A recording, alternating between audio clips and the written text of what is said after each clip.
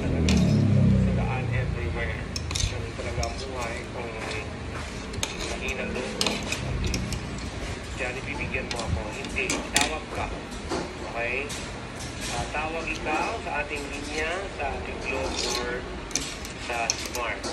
Basta Bukol Johnny. Okay lang po. Buhay pa rin. Ano po, mabati po pa fiesta dito sa Belvista, Quezon. Ay, naku.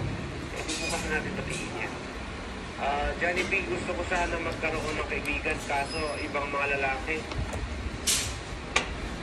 Actually, hindi naman, ako disagree ako sa sinasabi ko Hindi lahat ng lalaki ay yun yung ano.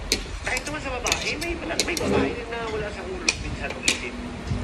Pero hindi lahat ng lalaki ay nag-take advantage, lalo na yung mga lalaki na lumaki sa environment na may lola, may nanay, mga pinsan, mga kapatid na babae.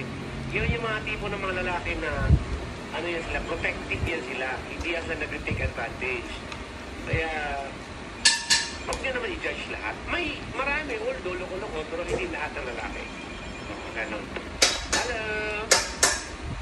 Hello. Yes, sir. Sino to? Idol Johnny. Oh, bakit? Ano pangalan mo? Emmanuel ko. Huwag ka tumawag. Nagharap ng Paris. Pares? Baka may makaparis ka dito. Wala ka pares dyan?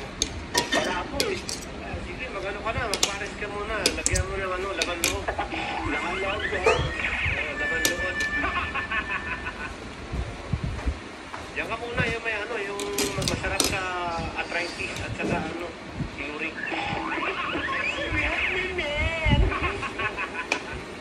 Bakit wala kang pares? Wala po sir Paano nangyari yan? Tagal na Matagal nang walang nangyay.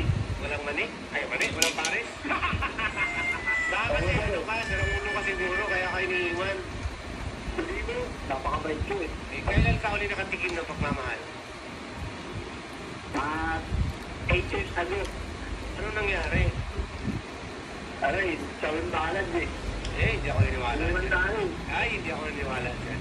Hindi ako naniniwala talaga kasi bakit? Laging may rason. Bakit tayo mga lalaki iniiwan?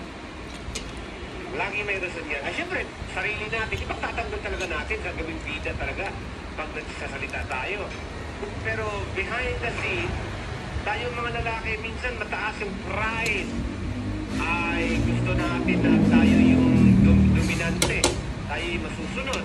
Tayo yung gobyerno. Which is minsan nakakalimutan natin na sasakay